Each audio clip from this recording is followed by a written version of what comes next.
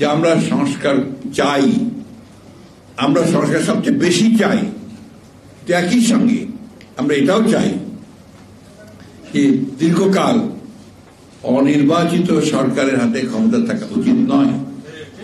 আজকে দেখুন দেশের সংকট বাড়ছে তো বাড়ছেই, সবচেয়ে বড় সংকট হয়েছে তার সাধারণ মানুষের।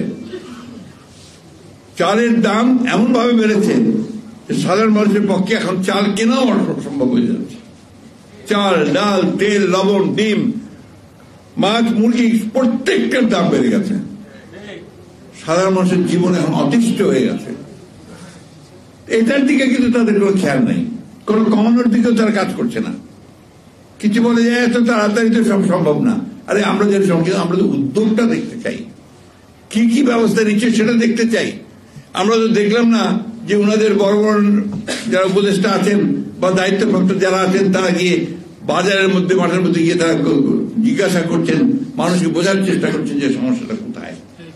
তা না করে অনেকেই তারা আবার এই রাজনীতির মধ্যে জড়িয়ে পড়েছেন, বিভিন্ন ভাবে রাজনৈতিক উক্তি করেন, কমেন্ট করেন, এমনকি রাজনৈতিক দলগুলোর প্রতি পর্যন্ত তারা কটাক্ষ করেন। এটা সঠিক নয়, এটা হওয়া উচিত নয়। আপনাদের সবসময় মনে রাখতে হবে যে আপনারা হচ্ছেন অন্তর্বর্তীকালীন সরকার।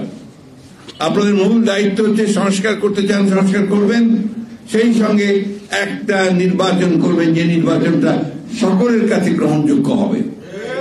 এটাই হচ্ছে এক প্রধান কাজ করে নির্বাচিত সরকারের হাতে ক্ষমতা হস্তান্তর করতে হবে। রাজনৈতিক দলগুলো আপনার প্রতিপক্ষ নয়, রাজনৈতিক দলগুলো আপনাদের সহযোগিতা করছে, সহযোগিতা করেই চলেছে। আপনারা এই রাজনৈতিক দলগুলোর সঙ্গে কোনো কথাবার্তা বলছেন না, সহযোগিতা ওইভাবে করছেন না। আমি কথাটা এই জন্য বললাম যে এটাই হচ্ছে কিন্তু সবচেয়ে ভালো পথ, যেখানে আপনার জনগণের সঙ্গে এই সরকারের একটা আরো ঘনিষ্ঠতা সৃষ্টি হয়। আমি কথা বাড়াবো না, শুধু এইটুকু বলতে চাই যে আজকে এই সবার মধ্য দিয়ে জনগণের কাছে আমি এই আহ্বান জানাতে চাই যে আমরা যেন অস্থির না হই, আমরা যেন হতাশ না হই।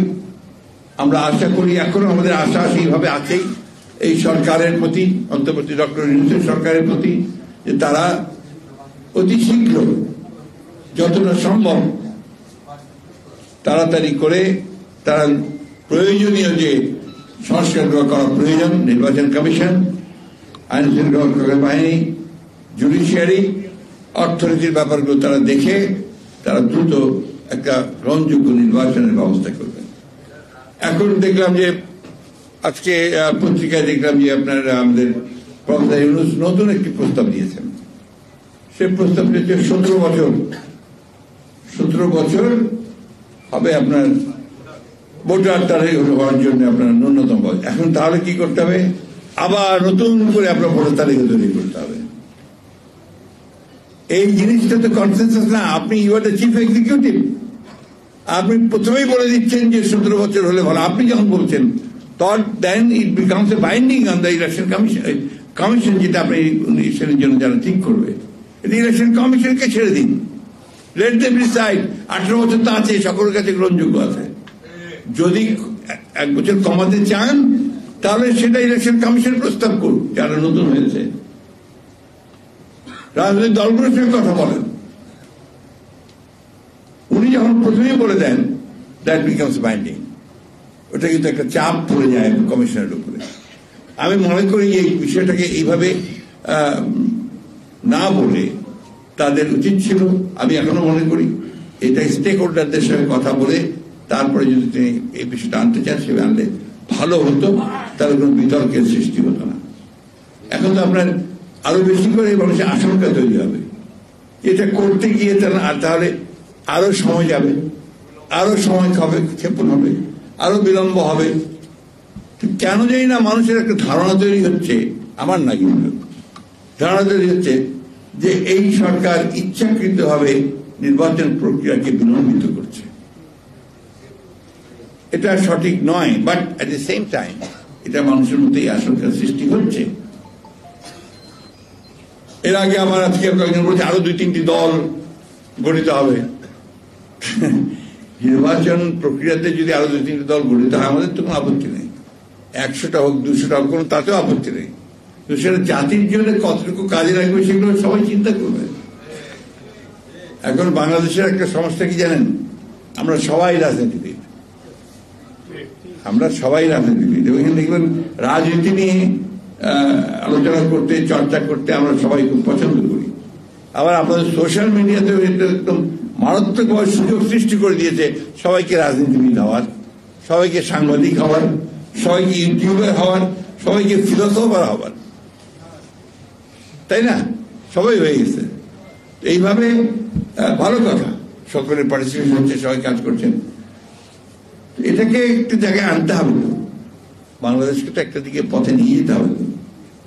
আমরা একটা কথা খুব পরিষ্কার বুঝি যে শুধু শুধু সুন্দর সুন্দর কথা বললেই কাজ হবে না, কাজ করে দেখাতে হবে। এখন পর্যন্ত মানুষ কিন্তু কোনো স্বস্তি পায়নি। কালকে দেবপ্রিয় ভট্টাচার্য একটা আমরা অনুষ্ঠান ছিলাম, উনি কালকে ওনার বক্তব্যে বলেছেন যে খুব ভালো কথা, সংস্কার তো সবাই চায়, স্বস্তি চায়, বাজারে স্বস্তি চায়, নিরাপত্তা চায়, রাস্তায় বেরিয়ে খুন হয়ে যাবে না সেটা চায়, গাড়ি অ্যাক্সিডেন্ট করে 6 জন 7 জন 8 জন করে মারা যাবে না এটা চায়। ওই দিকে একটু নজর দিতে হবে, তো প্রশাসনের নজর দিতে হবে, গভর্নেন্সের দিকে নজর দিতে হবে। আমি আশা করব যে সরকার আরো বেশি গভর্নেন্সের দিকে নজর দেবেন।